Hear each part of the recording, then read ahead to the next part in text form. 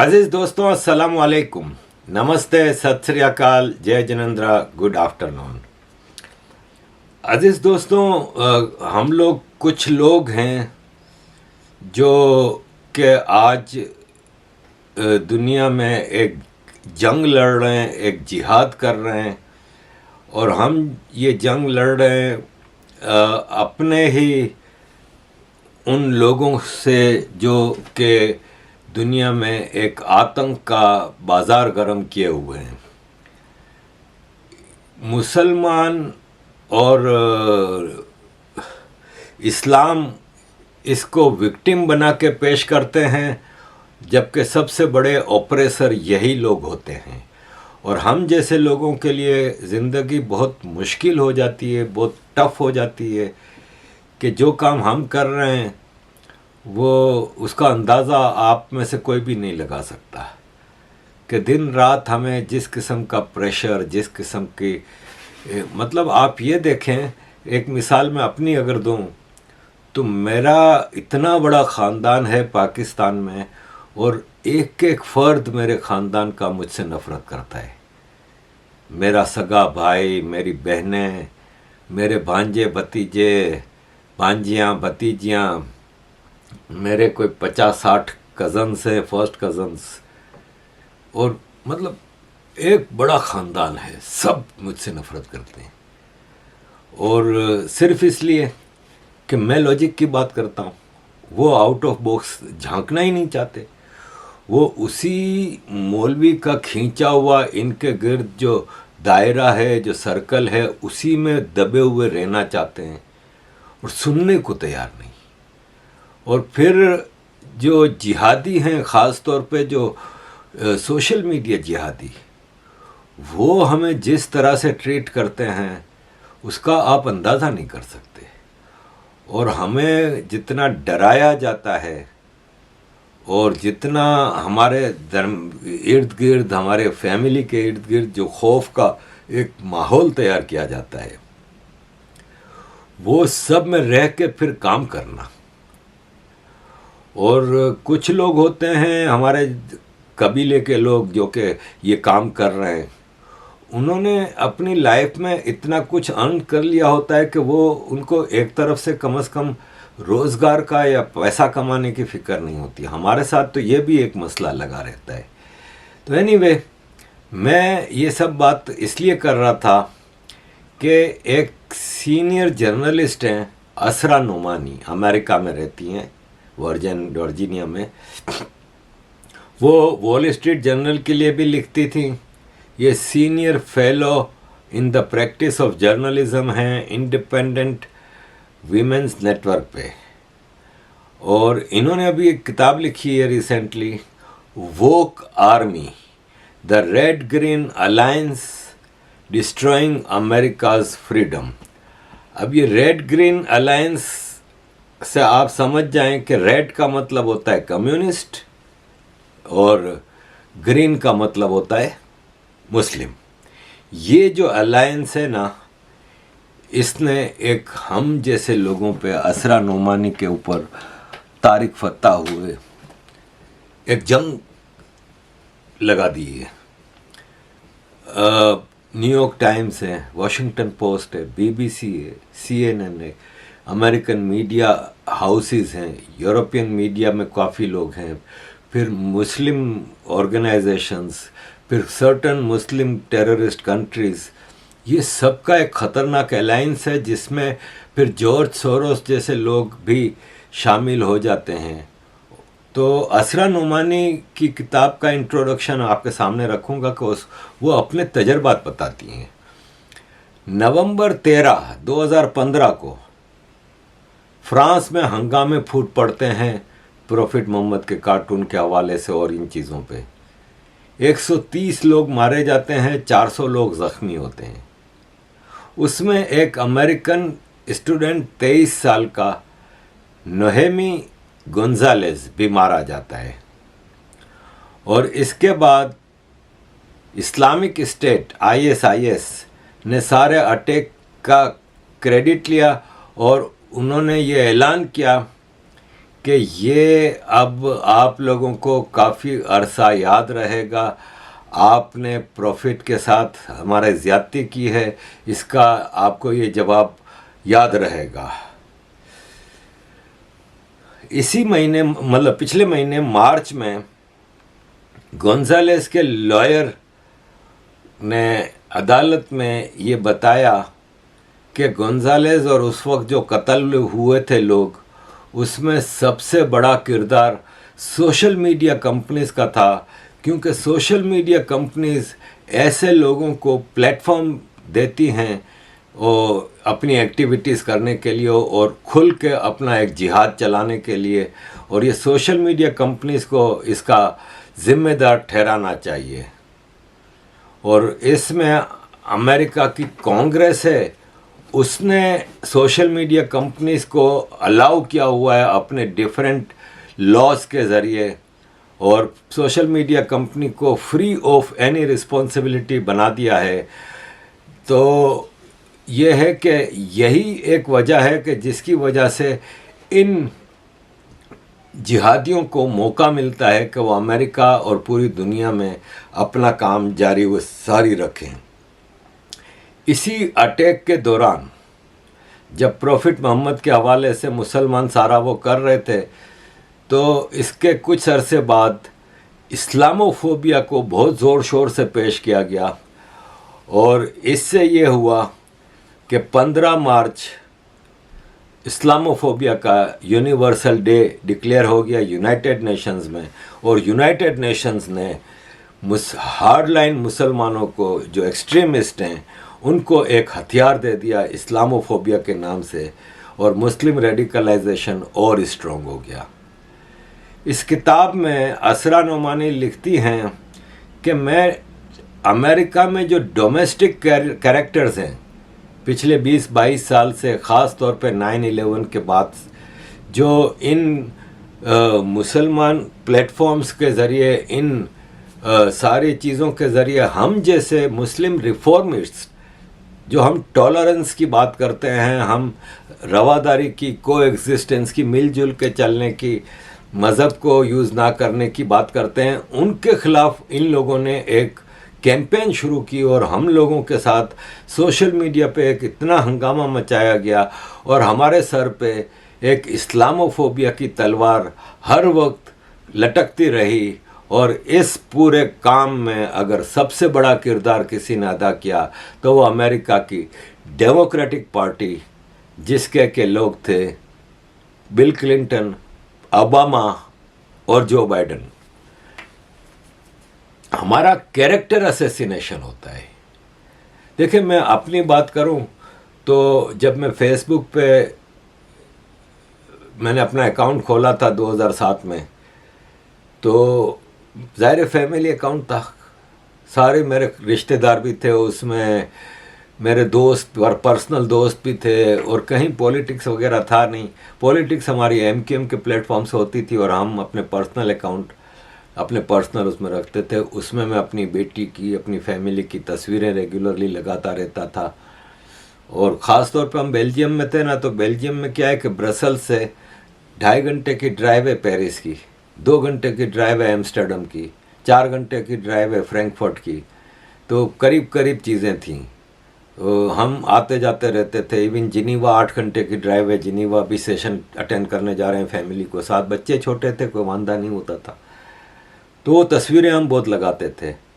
फिर जब बढ़ते बढ़ते पॉलिटिक्स का काम बढ़ गया, MQM के ऊपर सरकार ने पाकिस्तान में ऑपरेशन शुरू किए, तो मैंने पॉलिटिक्स पे वीडियो बनानी जब फेसबुक पे शुरू की, तो मैं आपको बता नहीं सकता कि मेरे ऊपर कितना मेंटल टॉर्चर होता था। मेरी बीवी की, बेटी की तस्वीरों को फ़ोटोशॉप करके पूरे सोशल मीडिया पे लगाया जाता था। और एक आप देखते हैं, मैं अब अपनी फैमिली की कहीं भी कोई पिक्चर्स नहीं लगाता। इसकी वजह यही है कि ये हमारा कैरेक्टर असैसिनेशन करते हैं, और मेरे जैसे आदमी के ख़िलाफ़ इनको कभी कोई चीज़ मिली नहीं, क्योंकि हमने ज़िंदगी में कभी कोई गलतकारियाँ नहीं की। अपनी बीवी, बच्चे, फैमिली मैन, कभी कोई गलत काम नहीं किए। जो किया खुल के किया, किसी से डरे नहीं, लेकिन गलत नहीं किए। जो भी काम इनकी नज़र में गलत थे, जैसे बियर पी लेना, ये वो हमने खुल के किया। तो फेक चीज़ें चलाते थे और इतना हमारा कैरेक्टर असोसिएशन। तो ये असरा बताती है कि मुस्लिम टेररिस्ट ऑर्गेनाइजेशन है ना, वो हमारा कैरेक्टर असोसिएशन करते थे। और इसका ये हुआ कि एक डिसइंफॉर्मेशन वेबसाइट है loonwatch.com। loonwatch.com ख़ास तौर पे इसमें ये काम करती थी। और इसके पीछे अमेरिका की एक NGO American Islamic relations, short form है केयर, CAIR, वॉशिंगटन में बेस्ड है। और ये टैक्स इसको नहीं लगता और खूब माल भी बनाती है। और ये केयर ऑर्गेनाइजेशन है ना, ये अमेरिका की मुसलमानों की सबसे बड़ी सिविल राइट्स ऑर्गेनाइजेशन मानी जाती है और ये सारा ये काम करती है। असरा बताती हैं कि जिस रात को गोंजालेस का कत्ल हुआ, उसी रात मैं एक इंटरव्यू के लिए एक स्टूडियो में बैठी थी बिल माहिर के साथ। बिल माहिर इज़ ए वंडरफुल गाय और इसकी आप इसको फॉलो करें, इसकी इंटरव्यूज़, इसकी वीडियोस, इसके मैसेजेस, इसके लेक्चर्स, वंडरफुल गाय। तो बिल माहिर को ये इंटरव्यू दे रही थी, तो इनकी नज़र अपने मोबाइल पे पड़ी।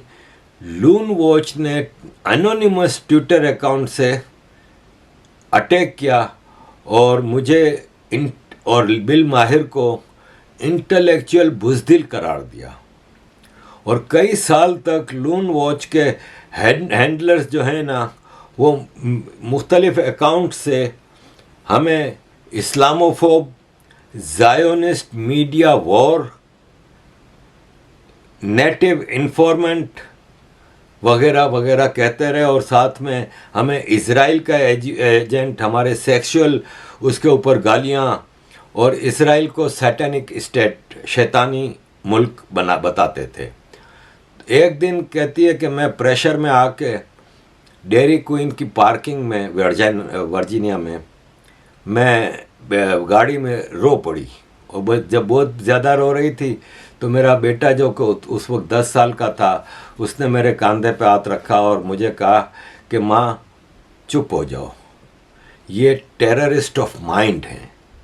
और ये बिल्कुल करेक्ट कहा, ये टेररिस्ट ऑफ माइंड हैं जो यूरोप अमेरिका की फ्रीडम को यूज़ करते हैं, मिसयूज़ करते हैं हम लोगों के ख़िलाफ़।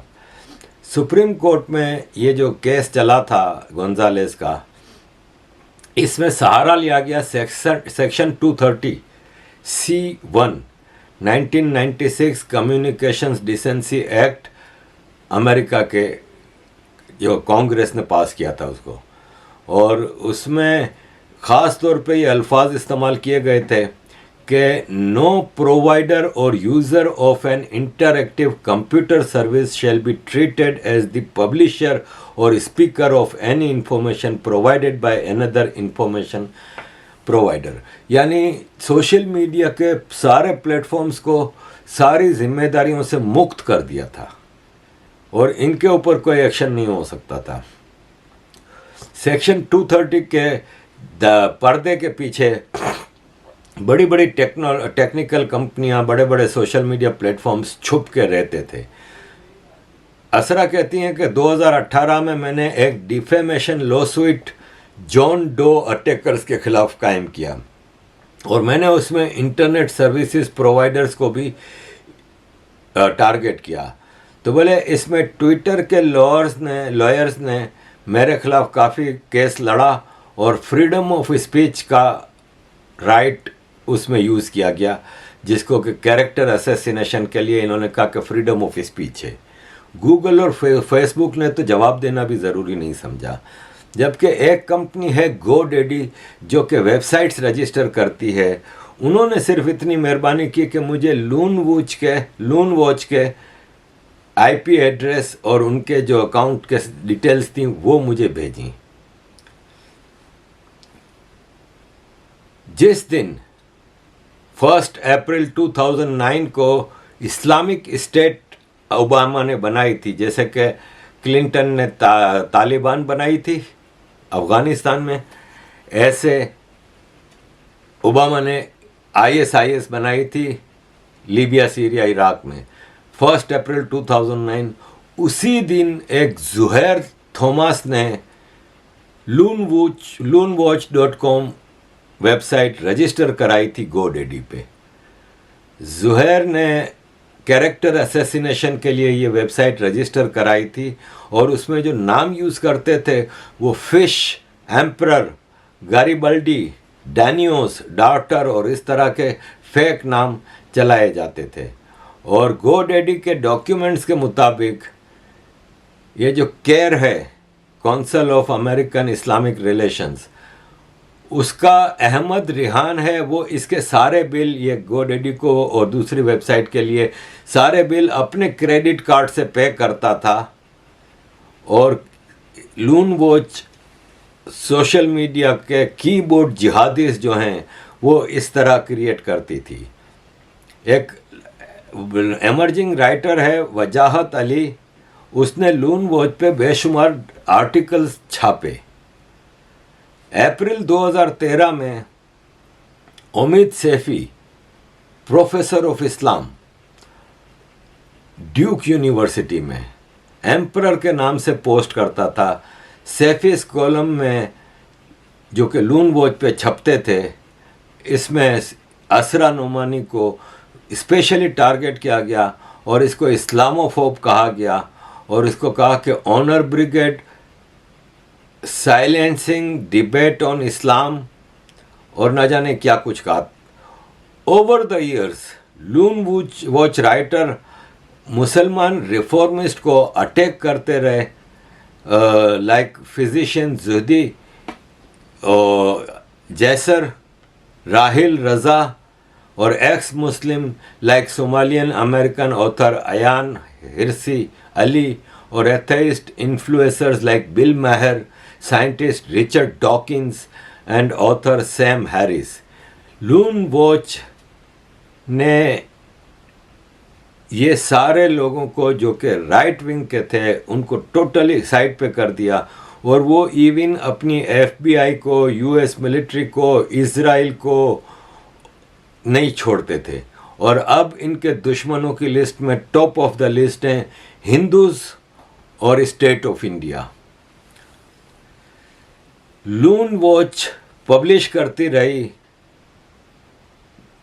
प्रेसिडेंट ओबामा के लिए ग्राउंड वर्क और प्रेसिडेंट ओबामा का काम आसान करती रही। एक फिजिशियन जावेद हाशमी एक दिन ट्विटर पे लिखता है डैनियस के नाम से कि हम ये चीज़ें इस्लामोफोब के खिलाफ करते रहेंगे। एक और शाहिद अमानुल्लाह ने लिखा कि I have been sitting on this well kept secret for most of the last decade. Hashmi ने जवाद हाशमी ने इस पे लिखा था कि मैं 10 साल तक लून वॉच पे डैनियस के नाम से ये सब करता रहा हूँ, यानी हम जैसे लोगों के खिलाफ, असरा नुमानी और दीगर लोगों के खिलाफ काम करता रहा। लून वॉच के क्रिएशन के 2 साल बाद 2011 में ओबामा एडमिनिस्ट्रेशन ने अमानुल्लाह को, जो कि लून वॉच का ही था, उसको स्टेट डिपार्टमेंट में सीनियर एडवाइज़र रखा। वो आदमी जो गालियां देता था फेक नामों से, उसको सीनियर एडवाइज़र रखा। ये ओबामा, बाइडन, ये दोनों पूरी दुनिया में जो मामलात ख़राब चल रहे हैं इसमें सबसे बड़ा किरदार रहा है। वो बाइडन उस वक्त ओबामा का वाइस प्रेसिडेंट था। और इस तरह फेडरल गवर्नमेंट और ये कैरेक्टर असैसिन्स, इस टाइप के लोग, इस्लामिक एक्सट्रीमिस्ट और बड़ी टेक्निकल कंपनियां, ये एक साथ मिलकर ये सब काम करती थीं। और बाद में इसको अमानुल्लाह को ब्रास क्रेसेंट अवार्ड भी दिया गया। और डैनियस अमानुल्लाह, जो कि अब global vice president of customer service eight Frost and Sullivan है, एक consulting firm in mountain view California, और मैनेजिंग डायरेक्टर है फ्रॉस्ट कैपिटल, एक प्राइवेट इक्विटी फंड इन पालो आल्टो कैलिफोर्निया। अमानुल्लाह को जब भी जवाब देने का कहा जाता है वो जवाब नहीं देता। इसी तरह जवाद हाशमी, जो कि डैनियस के नाम से लून बोझ पे गालम गलोच का काम करता था, वो अब director research and strategic communications at Muslim public affairs council, एक और बहुत बड़ा एनजीओ है, ऑर्गेनाइजेशन है, और अपने आप को सिविल राइट्स का प्रोटेक्टर बताता है। वो यूट्यूब वीडियोस बनाता है जिसमें रिलीजियस प्रोपेगेंडा करता है। और उसने असरा नोमानी को अपनी एक वीडियो में self hating native enforcement, Islamophobe, right wing शिल एंड ग्रिफ्टर, ये सब कहा। तो देखें, इस तरह का प्रोपेगेंडा होता रहता है हम लोगों के खिलाफ, और इस तरह की चीज़ें कतर, दोहा से लेकर वाशिंगटन तक लगातार चलती रही हैं। असरा नोमानी की ये किताब, इसमें उन्होंने अपनी 20 साल की सफ़रिंग्स बताई हैं कि किस तरह 20 साल तक हमें टॉर्चर किया गया, और आखिर मैं मजबूर हुई ये सब जवाब देने के लिए। और अमेरिका पे इन टेररिस्टों का कंट्रोल हासिल बहुत बढ़ गया है। अज़ीज़ दोस्तों, ये असरा नोमानी की ही कहानी नहीं है, ये हम असरा नोमानी जैसे हम जैसे लोगों की भी कहानी है, जो पल पल एक ख़तरे के भी दो चार रहते हैं, एक मेंटल टॉर्चर भी बर्दाश्त करते हैं, और हर वक्त तलवार की धार पे चलते हैं कि पता नहीं कब क्या हो जाए। अज़ीज़ दोस्तों, फिर भी हमको लोग पागल कहते हैं, तो इसीलिए कहते हैं कि फिर भी ये सफ़र जारी रहेगा। अब तकलीफ़ें हैं, जो भी हैं, एक एक करके जाना तो सबको ही है। और ये ख़ास तौर पे मैं अगर साउथ एशिया की बात करूं, इंडिया पाकिस्तान के हवाले से बात करूं, तो गिनती के कुछ ही लोग हैं जो जेन्युइनली ये जंग लड़ रहे हैं। बाकी तो यूट्यूब व्यूज़ के लिए तो बेशुमार लोग निकल पड़े हैं, लेकिन तारिक फ़त्ता जैसे लोग, हम जैसे लोग, शुरू से ये अपना नज़रिया था, अपनी एक सोच थी, जिसके साथ right from the beginning of our careers हम उस सोच के साथ आगे बढ़े हैं। हमने यूट्यूब व्यूज़ के लिए या किसी चीज़ के लिए अपने सोच नहीं बदली, अपने ख़यालात नहीं बदले। हम ये सफ़र जारी रखेंगे और ये सफ़र चलता रहेगा जब तक जान है। अब चल चलाओ का भी वक्त करीबी है। तारिक भाई हुए, हम सब हुए, अब हम डिमिनिशिंग फोर्स हैं, लेकिन जब तक हैं तब तक हैं। थैंक यू वेरी मच अजीज़ दोस्तों for all your support. Keep support.